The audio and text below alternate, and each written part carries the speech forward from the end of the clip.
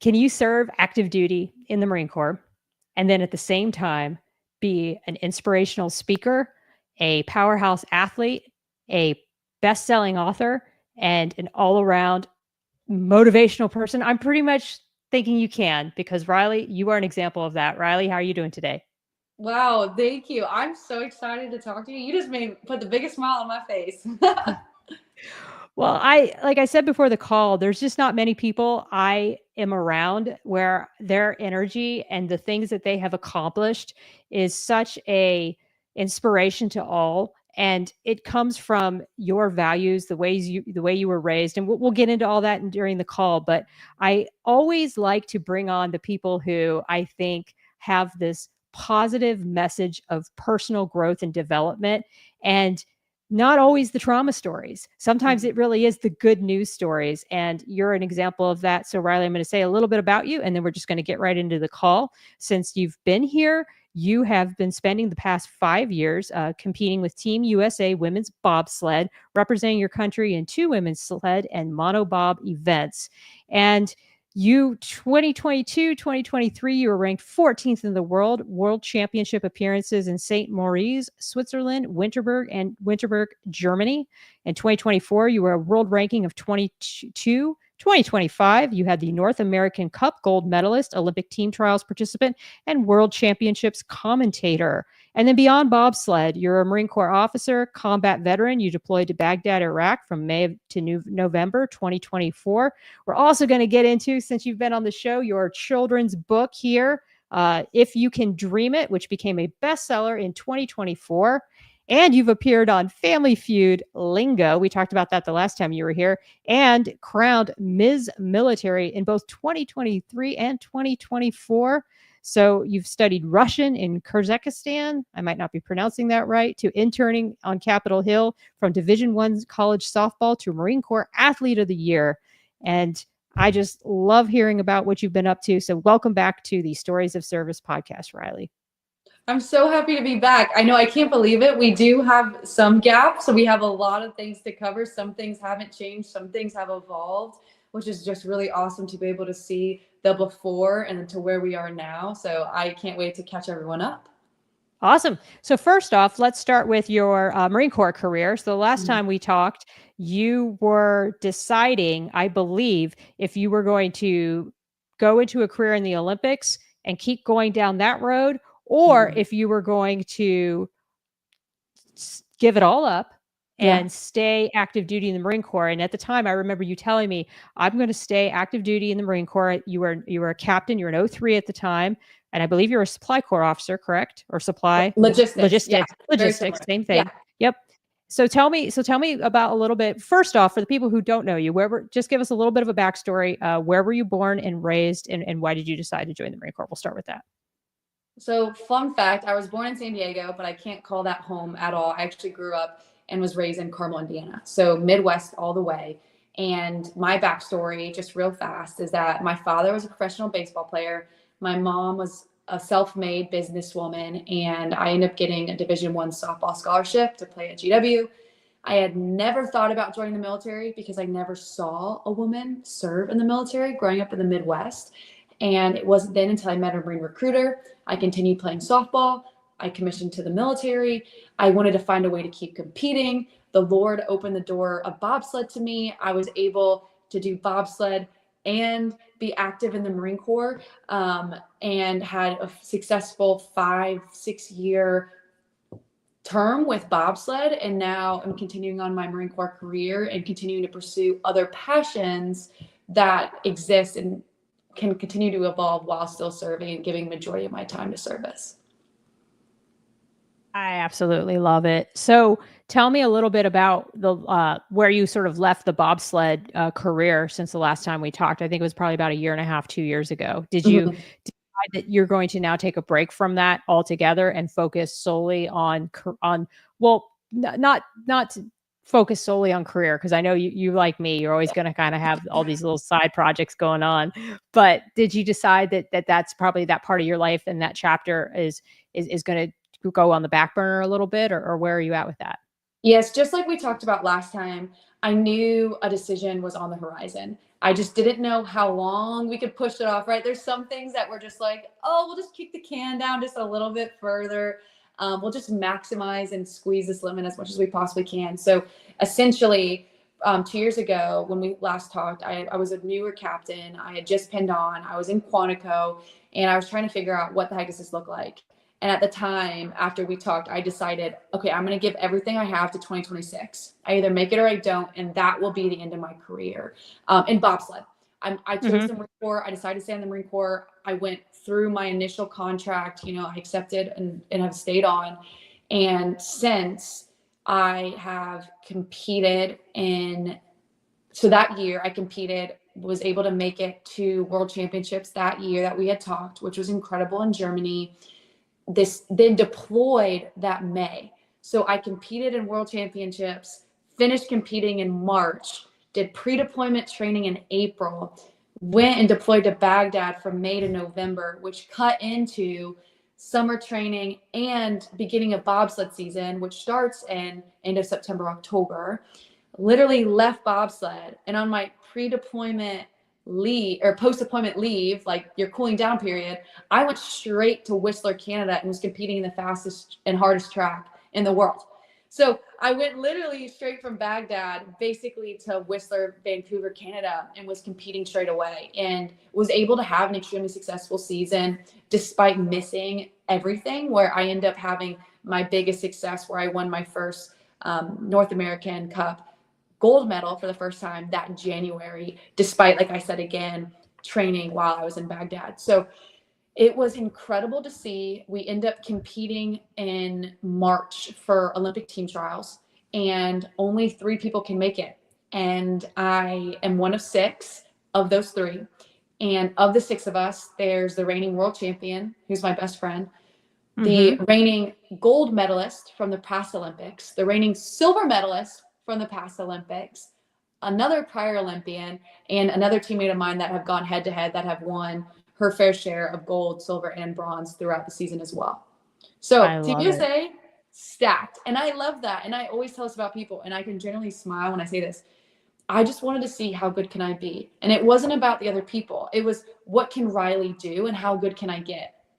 Now, full disclosure, do any of them work full-time jobs, especially like the military? No. And that's not a bad thing. They were able to put their priority and focus in this. But I'm not going to sit here and use that as an out. If I gave bobsled everything I had, if that was my full-time job, could I have been more successful? Maybe. But that competition was still, and still is, incredible. And so at Olympic team trials, when I didn't get top 3, I kind of felt the Lord put it on my heart and was just like, okay, like, why would you keep going till February to find out, maybe I'm going to hold on if someone got hurt or someone got injured or something, I can be an alternate, like I'm ready to go? Or when are you going to prioritize the things that you said you were, to include your military career, to include my upcoming marriage, that I'm getting married here in the next couple of weeks to my fiance, who's a Royal Marine coming over from England?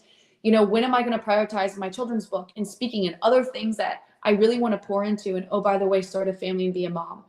And bobsled with that just wasn't going to mix, but especially with the military career. So when I accepted orders to come here to San Diego and do recruiting, and anyone who knows recruiting knows that it requires a lot of you, I knew that those 2 worlds could not exist.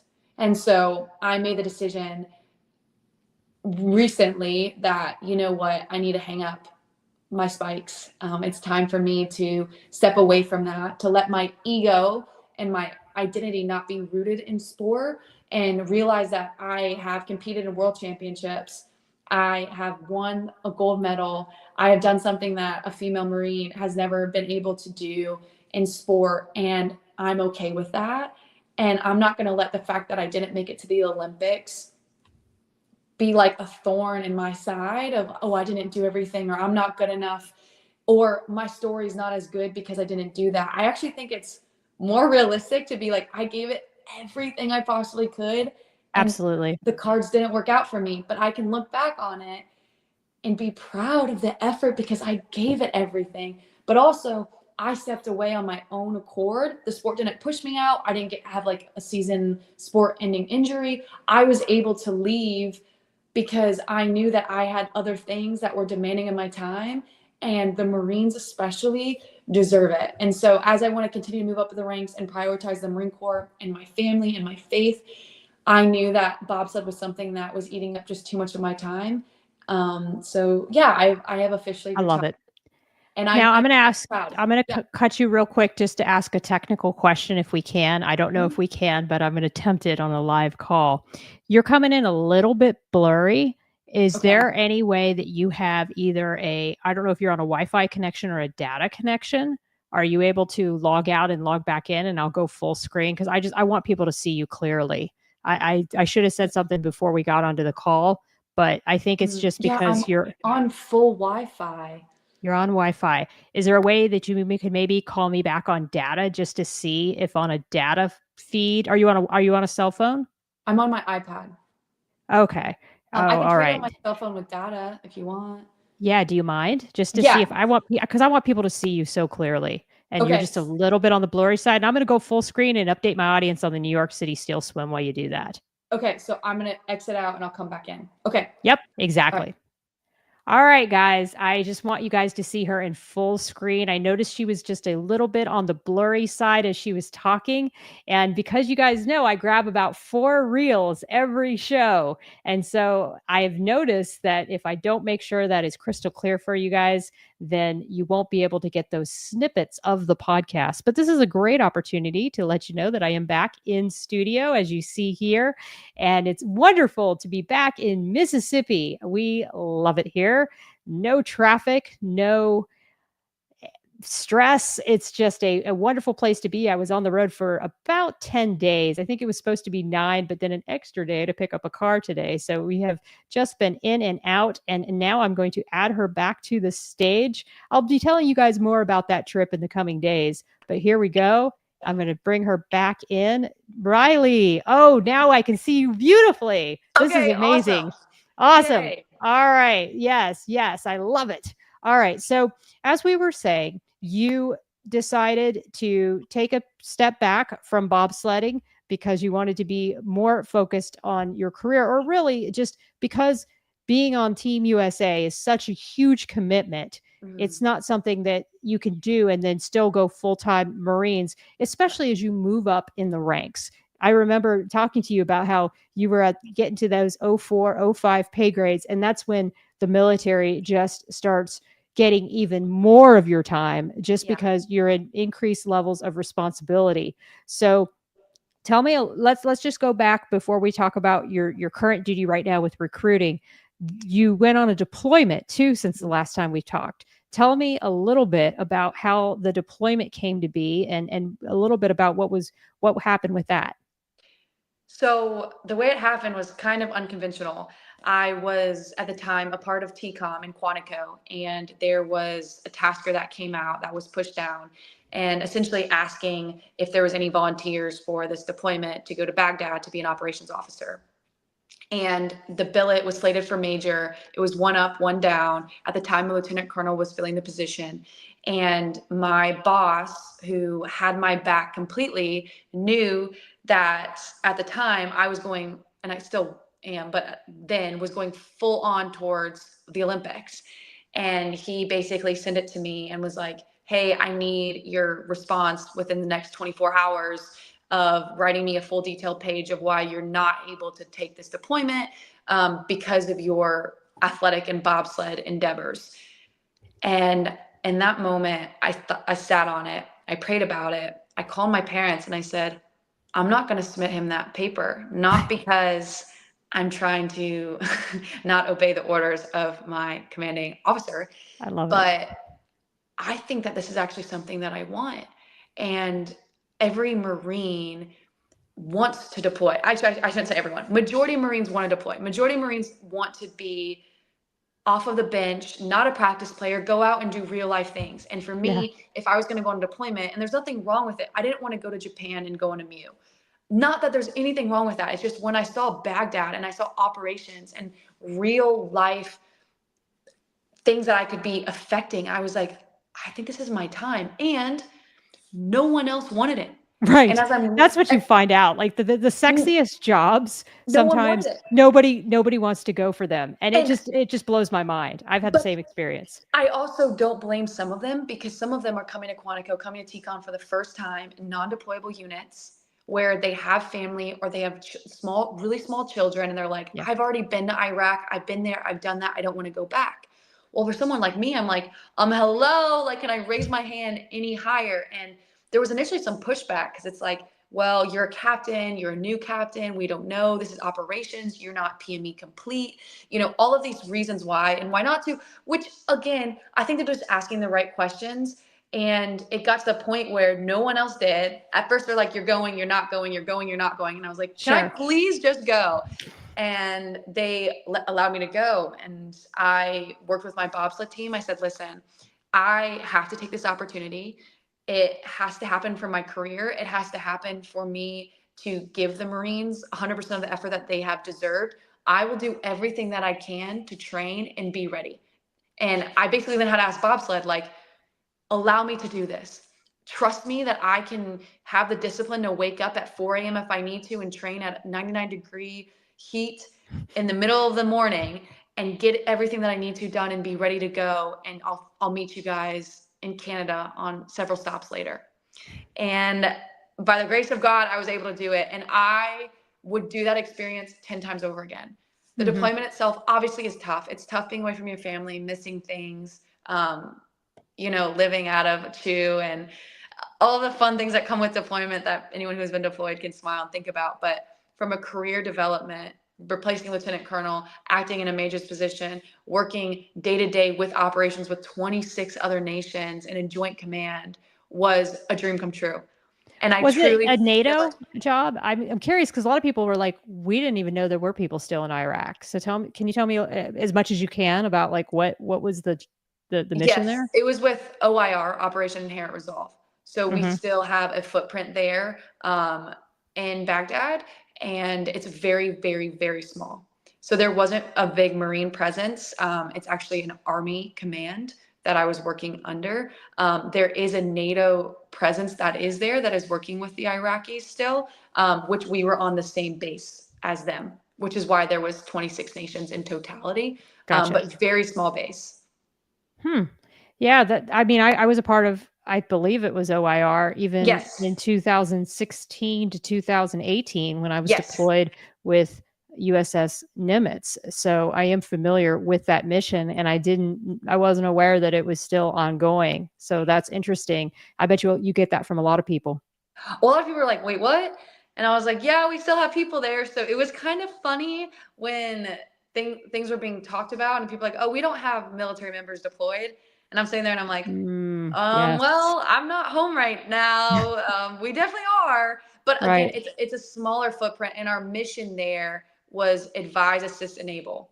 Okay. So we aren't there doing, I think, what people normally think of when they think of early 2000s Like coalition Iraq. building and city, city development or things Correct. like along those lines. Yeah, exactly. So it's definitely a combat environment because you get combat pay. There's dangers that are inherently Obviously. involved. But I will tell you this: I never felt extremely unsafe. I never had to draw my weapon.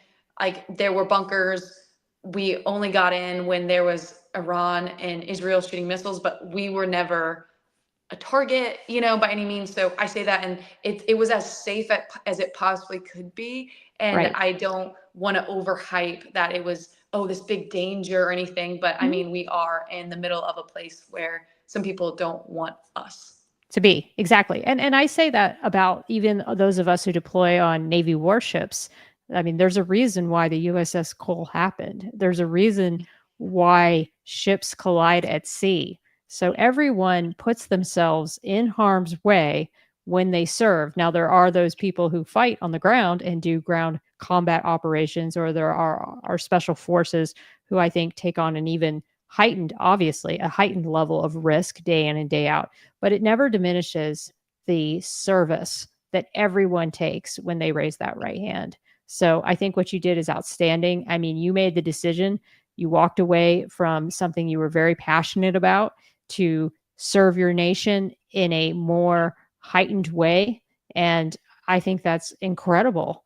And that's something that should be commended. And it is interesting when you take those hard jobs or hard fills. In fact, I read a book called Hard Fills about an officer who took all the jobs that nobody wanted, and they were always like the really unique mission sets that no one's ever heard of or that people don't know still exist. And he carved out his off the beaten path kind of career. And I've done the same thing. And that was really how I promoted. Was I took the jobs that nobody wanted at the time. Becoming a carrier public affairs officer was not easy to fill because it was such a sacrifice of time and effort, and a lot of PAOs didn't want to do it. And I was all in. I joined the Navy to go to sea and to be on Mm-hmm. ships. Mm-hmm. So that's what I was going to do. Yep.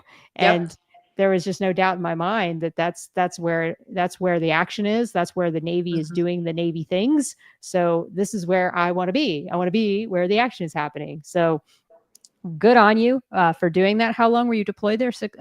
A year, 6 months? 6 months. Yeah, the Okay, Marines, we do 6-month rotations typically.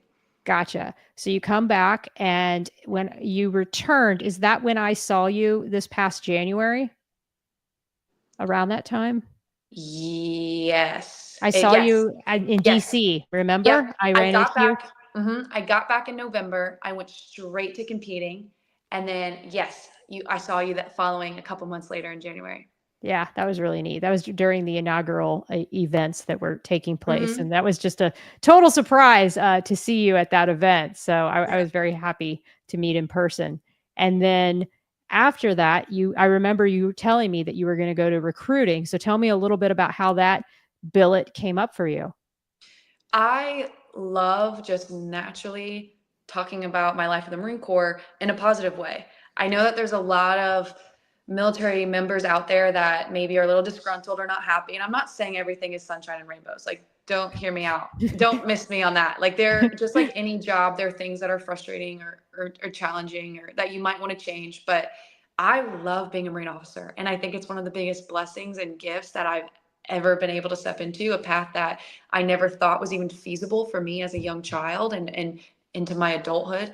And I just love naturally talking to people, and I like public speaking. So I think naturally recruiters used me as a proof source, and I was able to say, you know what, I kind of like this recruiting thing. And at the time, being an OSO wasn't really in the cards, like I said, because of bobsled, and I wouldn't have been able to do both. And so I knew that I wanted to get involved. There was an opportunity that came up to go to Western Recruiting Region, which is actually at the depot here in San Diego, and work for the whole Western half of the United States and support several OSOs and districts and be at a region level to be an asset to go and help out while also doing normal officer procurement. My role is to recruit officers because I am one, and I've kind of made it my mission to try to reach out to athletic programs in schools and universities, really try to see some of these athletes because I was an athlete, and I think there's a lot of really good Mm. similarities between people that have done athletics their whole entire life and don't really know what's next after college, and being able to come into the military, and what I say is be a tactical athlete for several Mm. years later, and have the ability to support and then help out as ever possible. So in a staff position working for the general who oversees all of Western Recruiting Region and under MCRIC, then at the region level. And so I'm 2.5 months into this role and position, which is exciting. And I see why recruiting is so hard. And my heart goes out to every single person that has done it, and mission and induction and submission and all those buzzwords that people probably don't want to hear if they know what they mean. But my goal and my job actually is to assist. Like, I am here as a tool, and I tell people I now took bobsled off my plate, so I can now come and have the ability to go to you. How can I help? How can I get your foot in the door using my resume? Not that, oh, I'm so much better than you, but saying, hey, I have this Team USA athlete that wants to come speak to your college. Might be a little bit better than, hey, I'm a Marine officer, you're a stud captain, but maybe you never played collegiate sports. So they kind of push you off or push you to the side, maybe. Mhm. And try to also help double down, which is what I've done. Hey, you have any, for example, athlete that walks through that door? Let me go on a call with them. Yeah, Let me I talk love to it. them. Let me be an additional proof source, or this, that, the other. And let's get creative. What do you need from a recruiting aspect, and how, now that someone has a capacity to support, What do you need? So it's a really interesting and unique billet and role. I am an assistant to the Officer of Procurement, so I'm working for a major and overseeing that, but I'm also the youngest ranking officer with no Marines under me. The only enlisted Marine in my office is a master sergeant. So it's very complex and interesting, and I'm having an absolute blast. But with it also comes some like growing pains of seeing, okay, this didn't work, this is working, and just the natural environment and ebbs and flows that recruiting has. Right. And it's such a natural combination to recruit people who are already athletic or into team sports into the military because they're going to bring with them an ethos that Mm-hmm. I think is very beneficial for the military. I was never athletic growing up. I regret that. I've gotten into some athletics since I've been an adult. I've taken up skiing. Right now, my husband and I are playing pickleball. I'm very fortunate that my husband is very athletic. And so he pushes me to do more sports and to sort of let my guard down, allow myself to suck, allow myself to gently get better. And Mm-hmm. I'm having a blast with it. And there are some sports that I can do decent enough to get better. And so that's been really exciting for me to see that growth and to be able to start at a certain point and to get a little bit better. And then playing on a team is also really rewarding, and there's a lot of leadership that goes with that as well. So Yeah. I think what you're doing is outstanding, and we need good people. You remind me so much of Gervy Alata. I'm sure you know who he is. I don't know if you know who he is. He's the '06 Navy captain. He was on the John P. Murtha. I've had him on twice as Yes. well. No, I know who he is. I follow him on Instagram. Yes. You and Yeah. him remind me. I mean, I swear to God, if you guys got together and did like a podcast We need together, to. it would be off the hook because he's got the same energy and charisma that you do. And he inspires me all the time and is just amazing and knows how to use social media. And I truly believe he's probably the exact same person you see on social media in person. He's just a positive, happy individual who loves serving, loves the service, and he turned his ship around when he was the commanding officer and then went on and now does work in recruiting just like yourself. And I think it's great because I think we need those positive role models because as we talked before the call and you said on the call, the military is tough Mm-hmm. and it can get you down. And there are a lot of things that are tough and we need to fix. But I think on that same token, we need to put all our focus on what we do well and what Mm-hmm. we do great. And when we build up good leaders like yourself or like Gervy, we need to showcase those people and show that this is the caliber of individuals that are motivated for a life of service.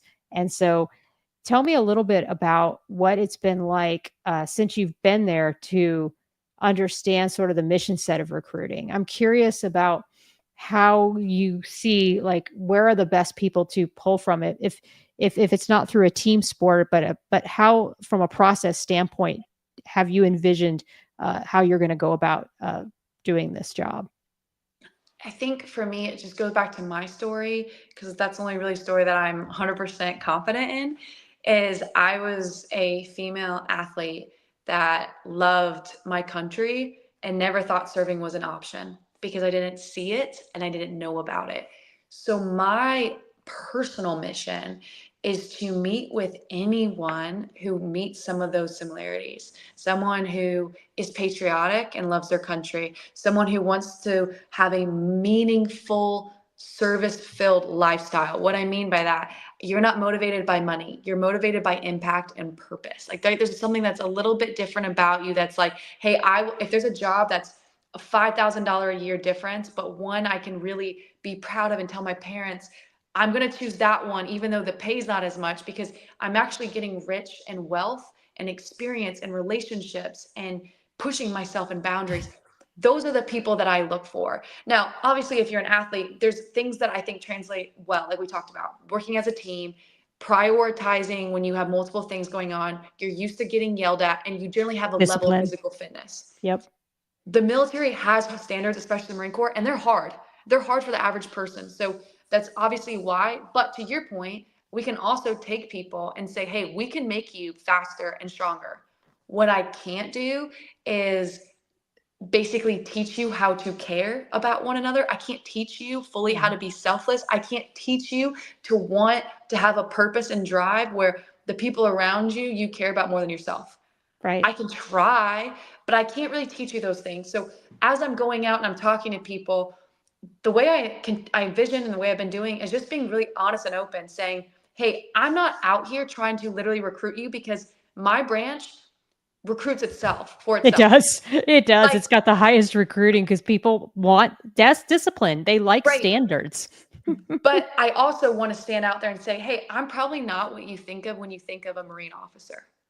No, you're not. And there are several other Marine officers or Marines that are enlisted that don't look the way you think, that actually do have a similar background to yours and a similar story and path. And if I can do it, what's the reason why you can't? And if it's like, I just want nothing to do with the military, touche. If it's, I'm scared, I'm nervous, I'm the first one in my family, like all of these things, I'm raising my right hand and saying, yeah, that happened to me too.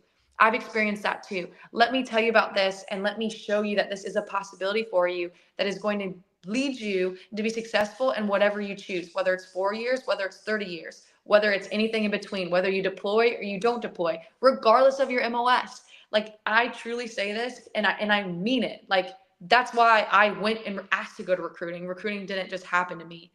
The Marine Corps has given me the tools in my toolkit to be successful in almost anything that I do, which is why when you're reading these accolades, I directly correlate all of that to the principles and the discipline that the Marine Corps has instilled in me and into my body that has allowed me to continue and do these things. And I am forever grateful. And that's not why I stay in, but that's a big part of it, because I continue to grow and learn about myself every day.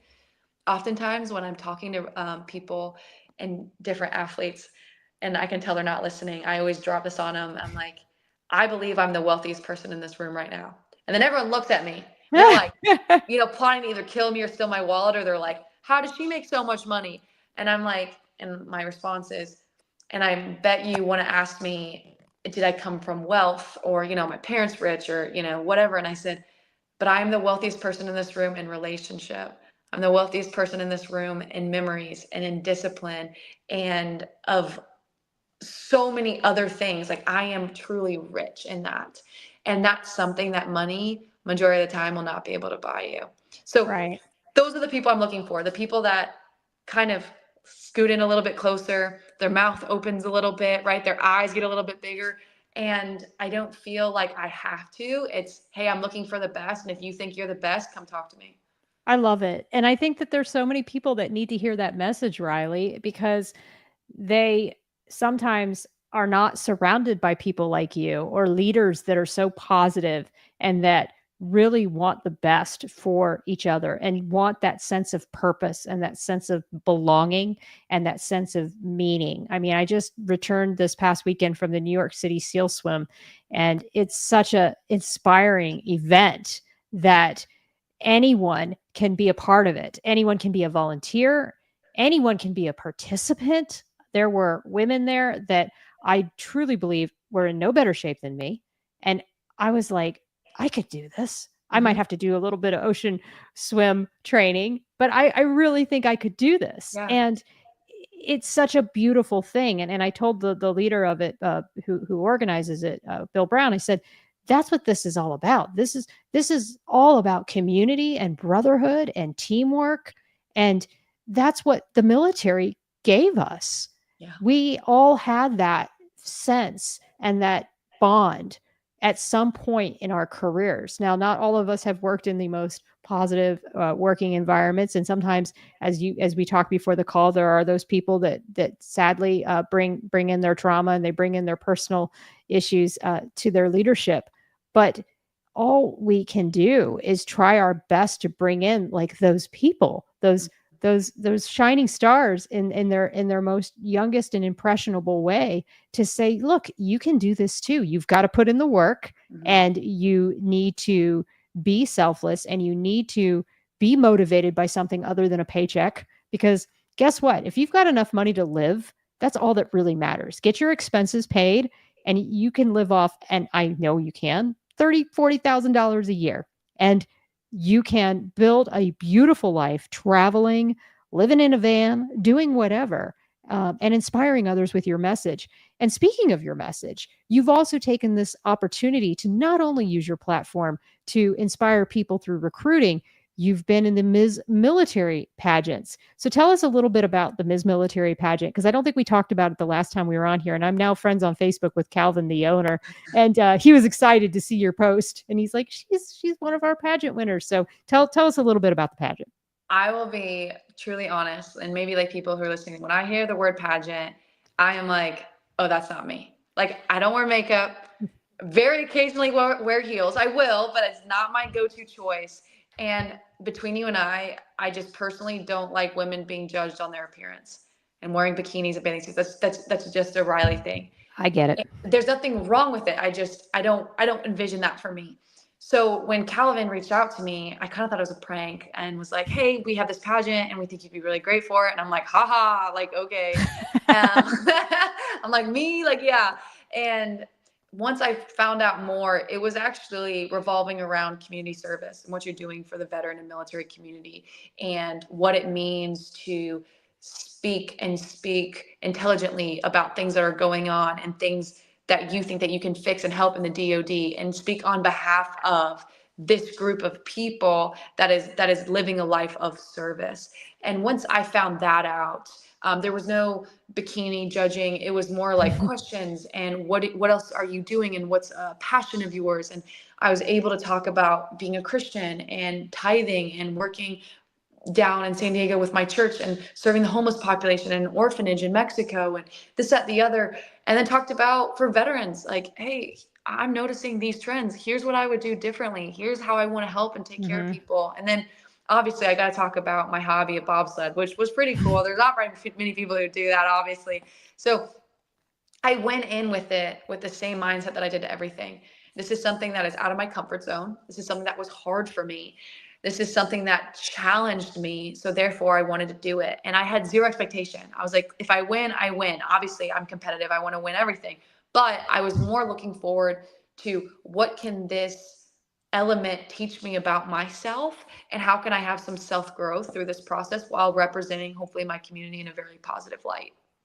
I love it. Absolutely love it. And so if you're interested in that, please look up the Miss Military pageant. Calvin has tried even talking to me about doing it. And I had the same. I know. Now that you're kind of like talking me into it, actually, Yeah, now that like, we're having this conversation. But I know. Well, I think it's because, I'm very much a speak truth to power person. So I'm always like, man, they're probably not going to pick me because I'm a little spicy. But I think it's always comes from a good place, or I'd like to think it's coming from a good place. And I try to show both sides of an issue. I realize life is not black and white. We all live in a shade of gray somewhere in life. And really, this platform and why I do this podcast is to give veterans a voice. And to voice the things they're struggling with or the things that they're thriving with. It is really that simple for me in doing this show. And in speaking of having a voice and dreaming big, tell us a little bit about this venture right here. Yeah. So that honestly, I tell people is actually my most proud accomplishment that I've achieved thus far in life. More than the gold medal, more than any title, is being an author to If You Can Dream It, Be It. And the whole point of the story truly is to touch the lives of 1 to 8 year olds that are growing up and they're trying to form these core beliefs of who they can become when they grow up. And the concept of interviewing people in your life that you look up to and taking the time, what is the things that they do, right? And looking into their stories and talking with them and realizing, who do I want to become? And realizing sometimes that this world wants to put limitations on you. They want to put you in a box and say, surely you can't do these things, or how could you be a pageant winner and wear a dress and heels and then go into the field and have chemi paint on you and do all these things, right? Like, surely those can't exist. And I just want to continue to break those barriers to inspire other people, especially children, because for me as a young girl, I never saw a woman serving. For me as a young girl, I never saw women be successful as professional athletes. For me, I'm still, like we just talked about, never thought that it would be possible for me to be in pageants and actively serve in the military. So why I wrote this book is a part of my story to create impact, to love on people, to give them a positive, true life story of saying, like, if you can dream it, if you can see it, if you're bold and courageous, like Joshua 1:9, my favorite Bible verse says, there is no reason why all these things can't exist. And if you need to see someone who's done it, let Riley be that example and know from a very humble standpoint, there's no difference between me and them. I just Right. put myself out there and I tried, and look what happened. And Right. trying to tell people in a world where social media and the internet is becoming more prevalent in younger and younger ages, where they're finding out more and trying to again squish this beautiful creativity that young children have. I just want to open that back up. And then I wanted people to actually hold a book, because story Mhm. time was my favorite thing before bed with my parents. It was a very bonding moment, I think, for children and parents. And I just wanted to create and foster that for military families in particular. I love the book, by the way. I mean, just the story, and I don't want to give it all away, but basically, a teacher giving their students an assignment, and young Riley using her creativity and what it is she would want to do as a child, and I just love it. The illustrations are gorgeous. Shout out to Janet Samuel. This is such a neat collaboration of what you did here with this book. How did I love backstories? How did this even come about? The backstory was I was in DC on a news interview, and they asked me, Riley, you've done so much in your life. What's next? Everyone loves that question. And at the Right. time, I just shot from the hip, and I just was something that's on my mind, but I never said out loud. I said, before I'm 30, I want to write a book. And then the next day I said, oh my gosh, I just said that out loud, which is the power of speaking your goals out loud. But now I'm like, now I have to hold myself accountable. At the time, Right. I was 26. I'm 28 now. So I definitely made the goal, but I didn't know what I wanted to write, how I wanted to write, but I knew that that was something I wanted to do. And I actually fractured my foot in bobsled a week before team trials. And I was in a place of, I was starting to spiral and like get depressed and get Mhm. upset. And I told myself, the Lord has given me this time.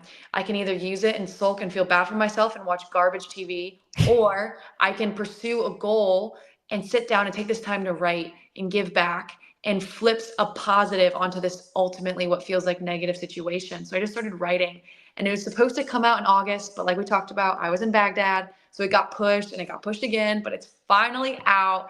And it has been one of the most rewarding experiences getting feedback, but seeing the young minds of children just light up with their mentality shift and hopefully a core belief that is now ingrained into their hearts from a young age, realizing that as a female or a male, there's no limitations to what they can become and the jobs and career and success they could have as they continue to grow up. But how did you find I mean, I think I also wanna just know from a tactical standpoint, like, how did you find the people, like, the publisher, the illustrator, getting people to read the book? I mean, and to give feedback, like, what was your process like? That's also what I'm curious about, because a children's book is a little bit different than someone just getting a book coach and then going on Amazon and self-publishing. I mean, this is Yeah. a really nice, beautifully bound book. So how did you just start researching people to work with? Essentially, I knew that I wasn't going to reinvent the wheel. I had no idea where to start. So I did research on my own. I called up friends and people that I knew that had written all kinds of books. And I was just like, teach me what worked Mhm. well, what didn't, what would you do again, what was not. And I ultimately had the decision, did I want to self publish or did I want to work with a publisher? And at the time, again, this was right in the height of my season. And I knew that I was very close to making the national team for the second time, and I knew that I wouldn't have the time to do everything I wanted to self-publish. And I was just real about that. So I was looking for a publisher. I was able to find a publisher, lock them on, and they had asked me from an illustration standpoint, what was it that I'm looking for to send them examples?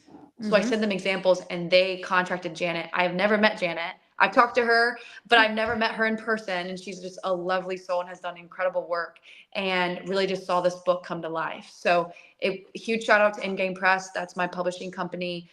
They are the magic behind all this happening. But it was really cool to see that this started as a Word doc and just my story on paper. And then, yeah, turning it into what the book is now. Obviously, I'm biased, but I couldn't ask for anything better. Like it truly is everything I wanted it to be and more. I mean, it's beautiful. It really is. Like it's got like the nice, shiny cover to it. Mm. And then the illustrations itself are just gorgeous and they match the story. And then the story is inspirational.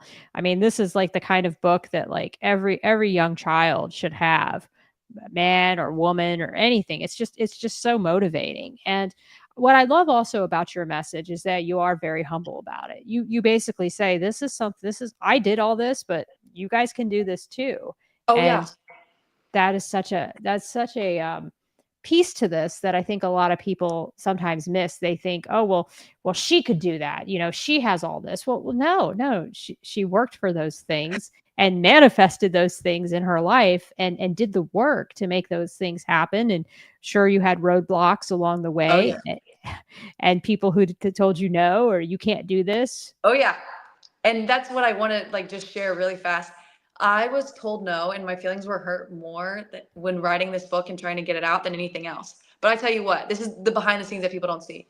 I wake up, I go to work, I train, I come home, and I spend an hour firing off emails, LinkedIn messages, this, that, and the other. Have spent hours on podcasts and news, but me reaching out to people, me offering, to go out of my way to do this, that, and the third. And I have been told no so many times that it actually hurts because I'm like, man, do you all not see what I see? Like, I think this is a possibility to do something, but if you knock on 100 doors, the odds that one of them opens is statistically in your favor. It's That's what I so tell people. true. There is So no true. difference. There is a whole lot of never quit mentality, and there's a whole Yes. lot of I'm not going to take this personally when people say no, and I'm going to be a hard charger, and I'm going to keep pushing because I believe in this.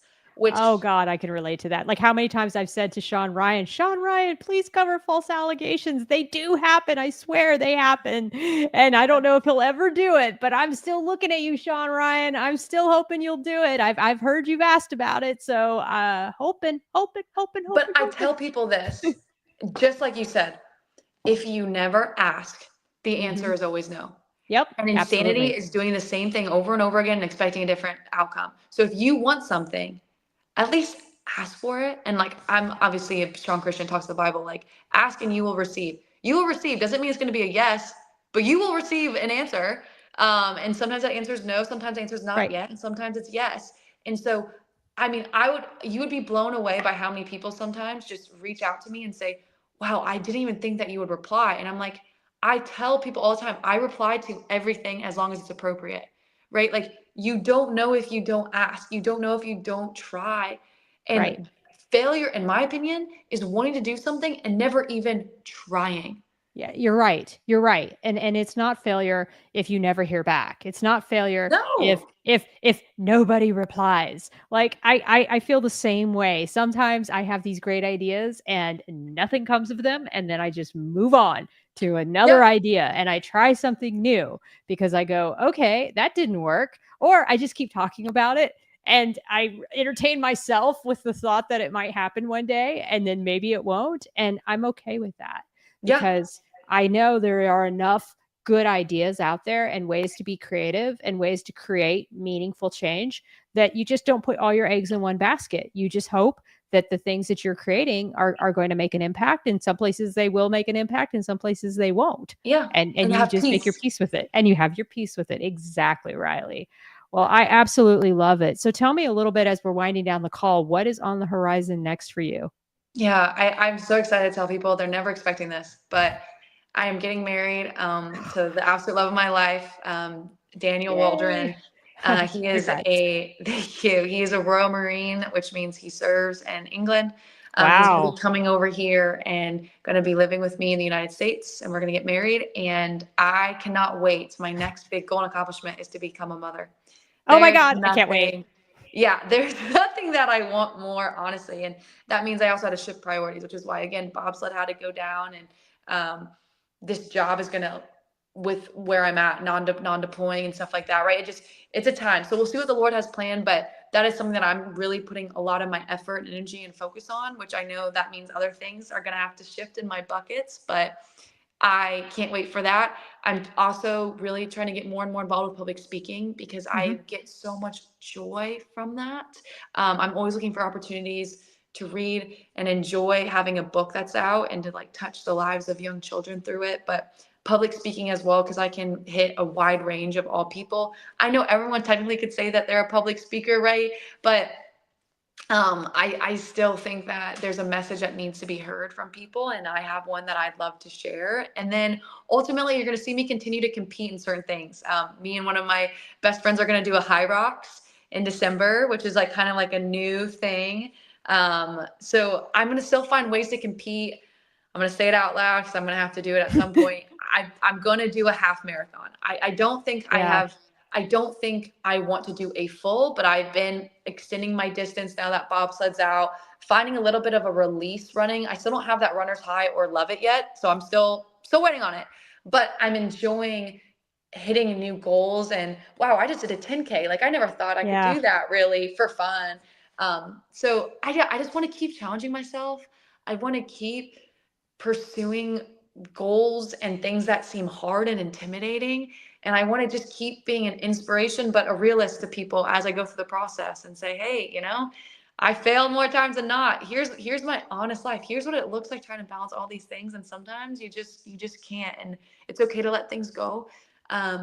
Your job, the things you do is what you do. It's not who you are.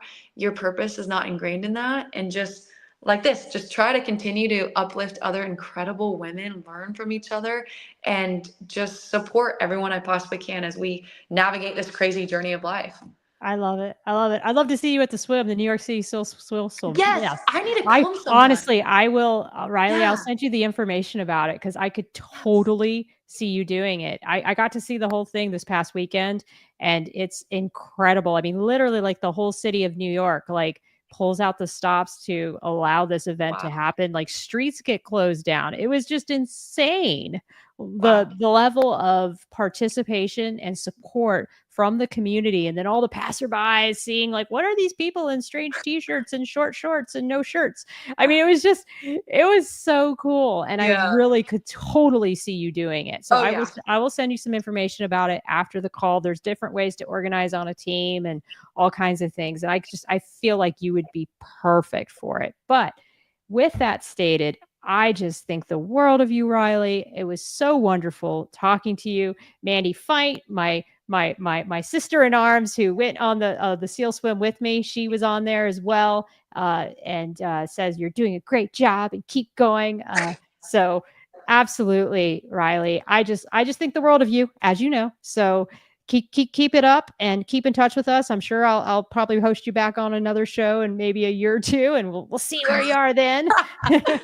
Yeah, no, as always, thank you for creating this space for me and for other people. You are such a light, and I just thank you for being a leader and mentor to young military members like me and bringing people along with you and uplifting them. I think more people and senior leaders need to emulate the time that you take for others. Awesome. Well, thank you. I appreciate it. I love doing this, and podcasting is definitely my thing. Having a father who was a broadcaster, who, by the way, I didn't even play his "Welcome to Stories of Service" podcast at the beginning, so I'm going to have to just play it really fast. I'm so sorry, guys, but post welcome here it is, just 26 seconds. From the moment we're born and lock eyes with our parents, we are inspiring others. By showing up as a vessel of service, we not only help others, we help ourselves. Welcome to S.O.S. Stories of Service, hosted by Teresa Carpenter, hear from ordinary people from all walks of life who have transformed their communities by performing extraordinary work. And you are definitely an example of that. So, with that, thank you so much. I will meet you backstage to say goodbye, but thank you so much for coming on the Stories of Service podcast. As always, it was a pleasure having you on, Riley. All right, guys, that wraps it up for today. It is Tuesday. This Thursday, I have another podcast because I am a glutton for punishment or a glutton for having more people on, and decided to have the gentleman who created the Hots and Cots app. So you might not have heard of that, but that is an app where service members can voice their opinions about the dining services or about the housing services through an app. And that app has the attention of our senior leaders. So where the senior leaders' attention is a good thing. And it is definitely a good place for people to voice their concerns with the hope of positive change. So I can't wait to talk to him. He is actually an Army veteran, the founder of it, and we're going to get more into his story, why he created the app and how it works. So can't wait to talk about it and dive deep. And with that, as I always finish these calls, please take care of yourselves, take care of each other, and enjoy the rest of your day. Bye-bye now.